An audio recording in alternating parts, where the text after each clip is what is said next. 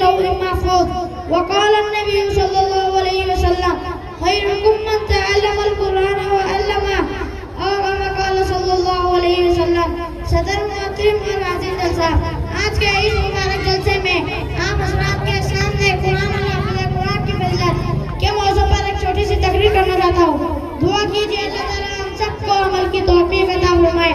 میں اس شعر کے ساتھ اپنی بات شروع کرتا ہوں کہ زمانہ آج بھی قرآنی سے فیض پائے گا، زمانہ آج بھی قرآنی سے فیض پائے گا، مٹی گئی ظلم شب اور سورج جب آئے گا. محترم حضرات، ہمیں چڑھتے سورج کی طرح یقین ہے کہ قرآن پاک کا ایک ایک لفظ سچا اور صحیح ہے، اور جس کے سچ ہونے میں کوئی شک اور شبہ نہیں. اسی قرآن پاک کے بارے میں آپ صلی اللہ علیہ وسلم نے فرمایا خیرکم من تعلم القرآن وعلمہ، کہ تم میں سب سے بہتر وہ شخص ہے جو قرآن کو سیکھے اور سکھائے. اسی لیے یہ قرآن دنیا کی سب سے بڑی دولت اور نعمت ہے.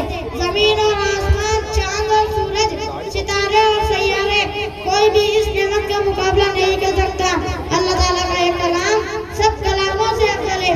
اسی حدیث پاک میں آتا ہے فضل الکلام اللہ علی سائر الکلام کفضل اللہ علی خلقہ، کہ اللہ کے کلام کو سارے کلاموں پر ایسی ہی فضیلت ہے جیسے خود اللہ تعالیٰ کو سارے مخلوق پر فضیلت حاصل ہے.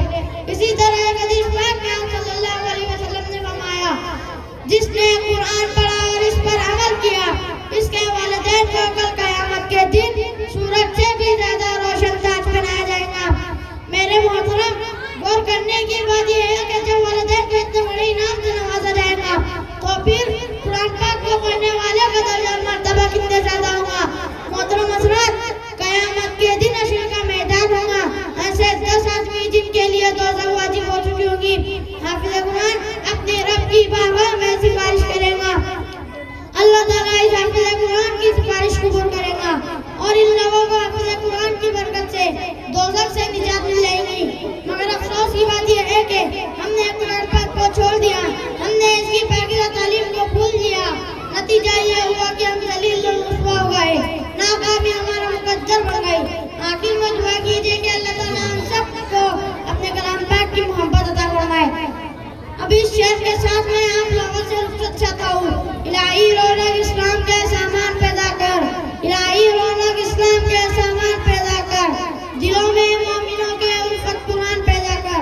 وما علینا الا البلاغ المبین. جو علماء کرام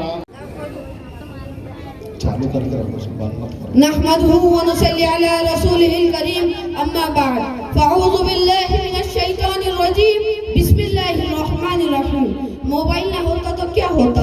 موبائل فون ایک ایسا آلہ جو 7 سمندر دور بیٹھے اپنے عزیز و اقارب کی دل کی آواز کو دلوں میں اتارتا ہے. کتنے ٹوٹے دلوں کو ملایا، کتنے رشتوں کو جوڑا، لیکن صدر علی وقار اسی آلے نے کتنی خاندانوں کے چراغوں کو گل کر دیا، اسی آلے نے کتنی راتوں کو ختم کر دیا. ایک ہی کمرے میں بیٹھی ماں، باپ، بہن، بھائی، بیٹی ایک دوسرے سے بات نہیں کرتے. اس آلے نے انسان کو ایک کمرے میں بند ہونے پر مجبور کر دیا. اگر موبائل نہ ہوتا تو یہ تمام رشتے ایک ساتھ بیٹھ کر پھول کپیوں میں مصروف ہوتے، مگر موبائل نے تو شرافت اور تمیز کو پسے پشت ڈال دیا. یہاں تک کہ اس کی گھنٹیاں کعبہ اور مسجد نبوی میں بھی سنائی دیتی ہے. ہم آرزو کرتے ہیں کہ ہم خانہ کعبہ کی زیارت کریں، مگر افسوس ہم وہاں پہنچنے سے پہلے ہی سیلفیاں بناتے نظر آتے ہیں. ہماری نوجوان نسل جو آج دن رات موبائل فون کا استعمال کر کر برباد ہو رہی ہے. اگر موبائل نہ ہوتا تو ہماری نوجوان نسل تیزی سے اس جانب نہ دوڑ رہی ہوتی جہاں مغربی ذرائع پہنچ چکے ہیں. ہم اپنی تقلید میں اپنے اقدار کو بھول چکے ہیں. انہی میں سے کسی نے محمد بن قاسم جیسا کردار بننا تھا، کسی نے خالد بن ولید جیسا شمشیر سنگھ بننا تھا، کسی نے عمر فاروق جیسا منصف بننا تھا، کسی نے علامہ اقبال جیسا مفکر اور ابوالکلام جیسا رہنما بننا تھا، مگر آج وہ موبائل میں کچا بادام جیسا گانا سنتے نظر آتے ہیں. اگر سوشل میڈیا کی بات کی جائے جہاں نوجوان نسل ٹک ٹاک پر اپنے آپ کو برباد کر رہی ہے، اگر موبائل نہ ہوتا تو انہی میں سے کوئی فاطمہ اور عائشہ رضی اللہ عنہ جیسا کردار والی بنتی، کوئی قطب الدین ایبک اور ٹیپو سلطان بنتا. جن نوجوانوں کو اچھا نظام تعلیم دینا تھا آج انہیں موبائل کے لیٹسٹ ماڈل دیے جا رہے ہیں. اور اگر اس نفسا نفسی کے دور میں ہم موبائل جیسی بلا کو ایک طرف رکھ کر اپنے رشتہ داروں سے بات چیت کر دیکھیں گے تو ہمیں احساس ہوگا کہ وہ لمحہ کتنا خوبصورتی سے گزرتا ہے. ہے ہمت تو آؤ سر بازار چلے، خریدنا ہے موبائل تو اپنی قسمت آزما لے، وہ ہوگا اگر آئی فون لے کر تم بھی گیلیکسی کے نام پر اپنا سر لٹا دو۔